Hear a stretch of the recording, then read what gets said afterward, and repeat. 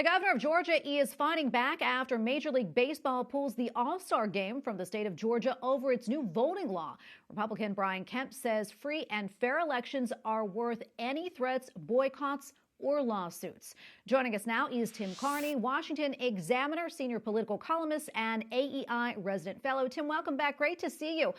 First off, let's talk a little bit more about this law. Some have essentially called it racist. In fact, at his first press conference the other week, President Biden said it, quote, makes Jim Crow look like Jim Eagle.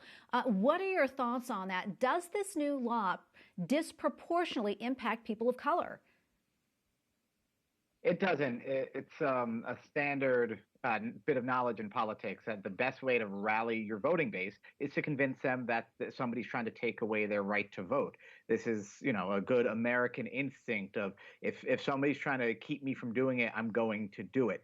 And that's what the play that the Democrats are making right now is claiming that it disenfranchised. It actually expands voting hours in some places. What it does restrict is where drop boxes go for vote by mail, because of course, vote by mail didn't exist in a lot of places or was limited to just absentee ballots in a lot of places before the pandemic.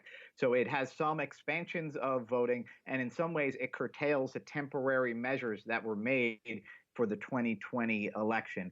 But it doesn't really restrict voting rights for anybody, and it doesn't take away votes primarily from African Americans, for instance, because it still leaves lots of way up to the local election officials.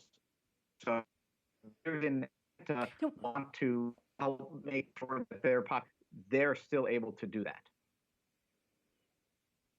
And we had mentioned Governor Kemp's statement. What did you think about that? Well, he made a very good point about baseball, which is that Major League Baseball didn't say what its objection to the bill was. It was kind of as simple as, this bill is bad, it takes away people's votes, which is the way the New York Times will describe it, the way the Democrats will describe it. But Major League Baseball didn't say, well, we need to have more drop box locations, or counties should be required to keep early voting open till 8 p.m. Major League Baseball just sort of, they gave into a pressure campaign, was what the governor said. And I think if you look at what baseball's statement was, and if you look at the nature of what the activist groups did, that's exactly an accurate statement. They did not have an objection to the bill they could articulate, yet they still pulled the All-Star game away. And one irony is that a lot of Democrats are not pleased with this. John Ossoff, the new senator, Stacey Abrams, who's the former governor candidate who led a lot of the campaign against the bill, she's saying, no, we don't want business to leave Georgia. That's going to hurt us. But at this point, it's kind of a mob mentality that is spun out of control. Yeah, absolutely.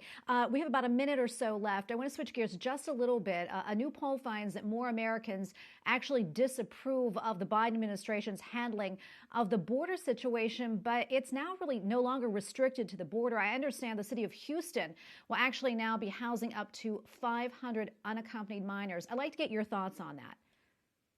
Well, the problem here is about incentives, is that the Trump administration had negotiated deals with Mexico to basically say, if you show up at the border, unless you're fleeing Mexico, then Mexico will take you in. And the Biden administration sort of undid everything Trump did. And so it became clear to Central Americans, okay, now if you show up at the U.S. border, present yourself to border officials, then they will house you and probably set you free inside the country. And that's created a humanitarian crisis. It's created these really horrible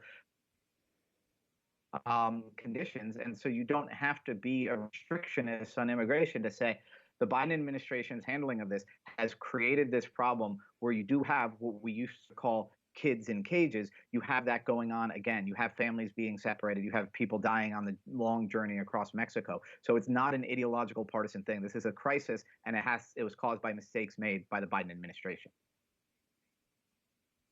And we're going to leave it right there. Thank you so much for your time today, Tim. Tim Carney, Washington Examiner, Senior Political Columnist, and AEI Resident Fellow. Thanks so much.